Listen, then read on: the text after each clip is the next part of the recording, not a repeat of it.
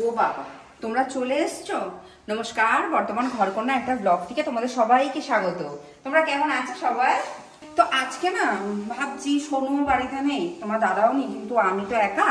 তো ভাবছি আজ একটু সন্ধ্যেবেলা আমার একটু একটু চিকেনের পকোড়া টাইপের, ঠিক না, একটু অন্য একটু কিছু খাওয়ার ইচ্ছা হয়েছে। তো ভাবছি সেই রেসিপিটা তোমাদের সাথে একটু শেয়ার করি। তো অনেকদিন স্ন্যাক্স হিসাবে তো শেয়ার করা হয় না। তো আজকে রেসিপিটা নাম হলো চিকেন বাটারফ্লাই।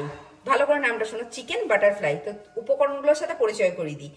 আমার এখানে বোনলেস চিকেন লাগছে, আর আমি এখানে আলুগুলোকে পাতলা পাতলা করে কেটে নিয়েছি। এটা কিন্তু আমার নতুন আলু, ঠিক আছে? তোমরা চাইলে পুরো আলুও ব্যবহার করতে পারো। কর্নফ্লাওয়ার লাগছে, গোলমরিচের গুঁড়ো, নুন, সয়া সস, আদা রসুন বাটা, আর এখানে লাগছে এই যে ছোট ছোট টুথপিক। রান্নাটা শুরু করা যাক। খুব সিম্পল রান্নাটা, উপকরণ দেখে আশা করি বুঝে গেছো। প্রথমে আমি চিকেনটা একটু মাখিয়ে নেব। আমি হাতটি কিন্তু ব্যবহার করছি, তোমরা আবার কিছু মনে করো না। এর সাথে আমি আদা রসুন বাটা দিচ্ছি, সয়া সস দিচ্ছি, গোলমরিচের গুঁড়ো দিচ্ছি। গোলমরিচের গুঁড়োটাই কিন্তু ঝালের জন্য আমি ব্যবহার করেছি। তোমরা চাইলে এখানে কাঁচা লঙ্কা বাটা দিতে পারো, কিন্তু আমি দিইনি। আর হাতে করে কিন্তু নুন দিলাম।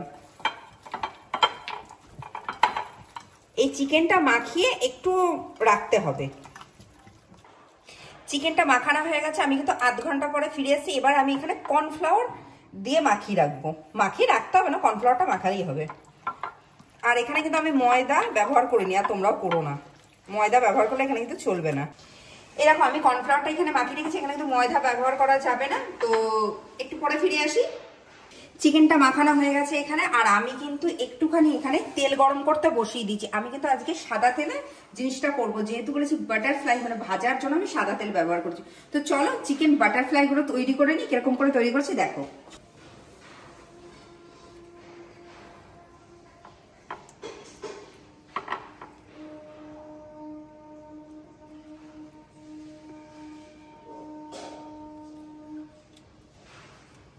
এই হলো চিকেন বাটারফ্লাই।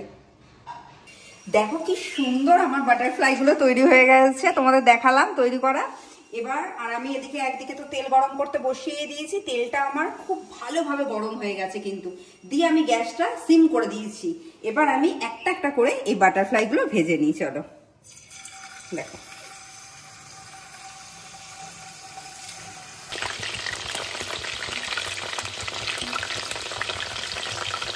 একদম আমার রেডি হয়ে গেছে চিকেন বাটারফ্লাই গুলো।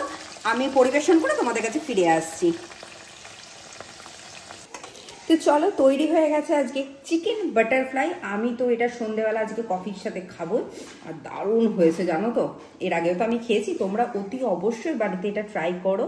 আর আজকের ভিডিওটা, আজকের রেসিপিটা তোমাদের যদি ভালো লেগে থাকে, তোমরা অতি অবশ্যই আমার চ্যানেলটা তোমরা সাবস্ক্রাইব করো, শেয়ার করো, লাইক করো, আর প্রচুর প্রচুর কমেন্ট করো। আর এটা কিন্তু একদম নতুনত্ব রেসিপি, তোমরা অতি অবশ্যই ট্রাই করো।